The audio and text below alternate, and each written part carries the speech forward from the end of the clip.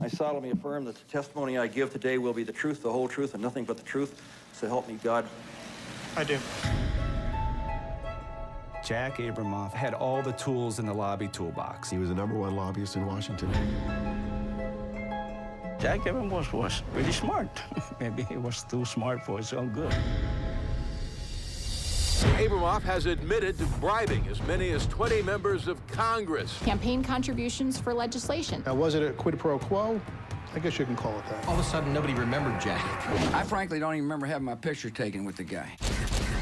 I don't know him. Of course Bush knew him. Absolutely.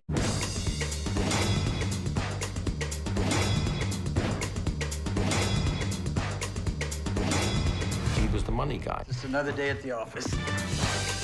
We've lost sight of what Congress is for. People are willing to risk their careers for $25,000 or a golf trip.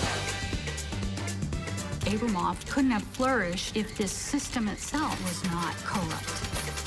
But the best way to get a congressional office to do his bidding, he says, was to offer a staffer a job that could triple his salary.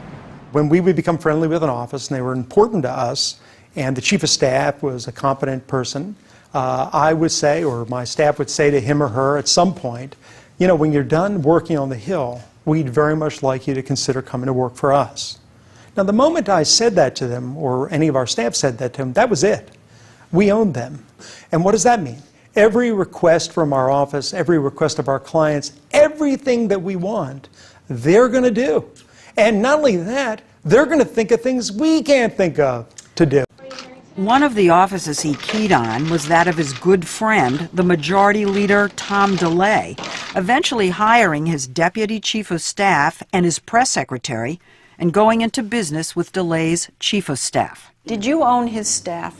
I was as close to his staff as to any staff. I had a very strong personal relationship with a lot of his staff. How many congressional offices did you actually own? We probably had very strong influence in 100 offices at a time. Come on. No. 100 offices? In those days, I would view that as a failure, because at least 335 offices that we didn't have. So what we did was we crafted language that was so obscure, so confusing, so uninformative, but so precise to change the U.S. Code. Here's what you tried to get tacked on to this reform bill. Yeah. Public Law 100-89 is amended by striking Section 207, paren, 101 stat, period, 668, 672, close paren. Right. Now, isn't that obvious what that means? It was perfect.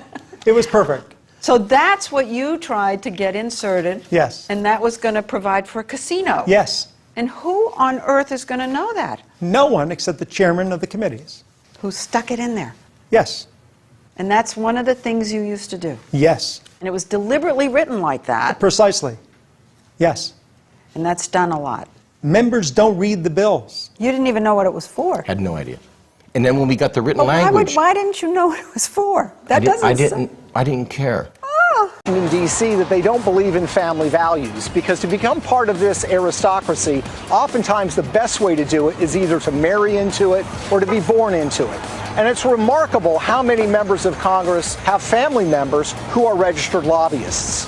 So consider, for example, Congressman Bill Young from Florida, who's been in office since 1971. He's the head of a very powerful subcommittee that controls spending on defense. He has a daughter-in-law who's a registered lobbyist. Since 2000, she has lobbied on one issue and done so very successfully. It's, as you would probably guess, on defense spending. Or consider the case of Senator Harry Reid, the majority leader, Democrat from Nevada. He actually has several family members who have been registered lobbyists. He has a son who has lobbied on behalf of several groups and secured $50 million in earmarks. He also has another son who's involved in a $5 billion venture involving a Chinese effort to develop an energy project in the desert of Nevada. In that particular case, the majority leader took a personal interest and helped to push it through. So just remember, when you see the professional wrestling in Washington, D.C., it's not so much red and blue, it's really green, the color that really matters.